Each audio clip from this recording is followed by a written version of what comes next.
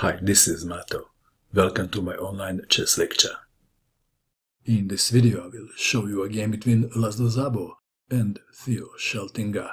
This very beautiful chess game was played in Netherlands in 1947. Szabo had white pieces and he started with e4.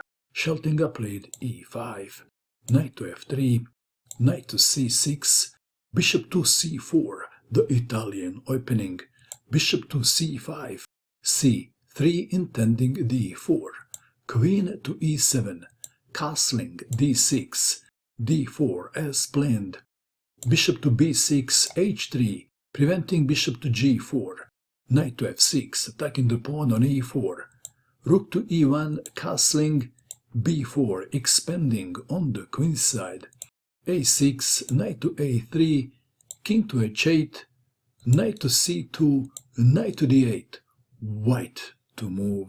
In this position, Szabo came up with a brilliant idea which involved a pawn sacrifice.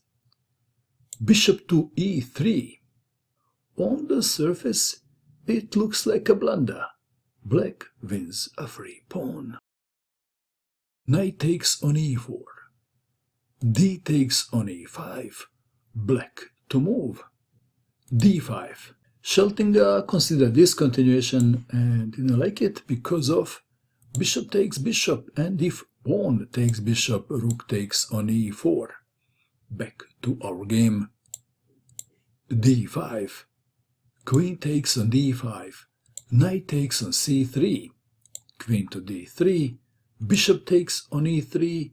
Knight takes on e3. Queen takes on b4. Black is a pawn up, but white has a better activity of the pieces. Rook from a to c1. Knight to b5. White to move. What would you do in this position if you had white pieces? Szabo played knight to g5, threatening checkmate. And this move is provoking g6. g6, what else? But now black has a weakness on the dark squares. Knight to d5, queen to a3, naturally hoping to trade queens. Bishop takes knight, pawn takes bishop, rook to c3, queen to a5.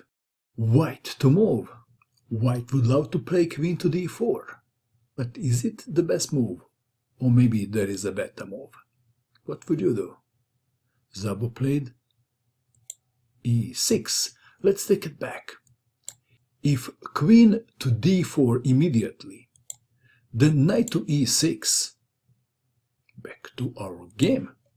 So, Szabo played e6, sacrificing the pawn. Knight takes on e6. White to move. I guess knight takes knight was expected. Instead, there was a surprise. Rook takes knight. An amazing exchange sacrifice. Bishop takes rook. And now queen to d4.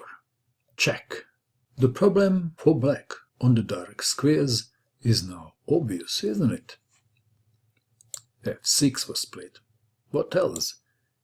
If king to g8, then knight to e7, checkmatus. Back to our game.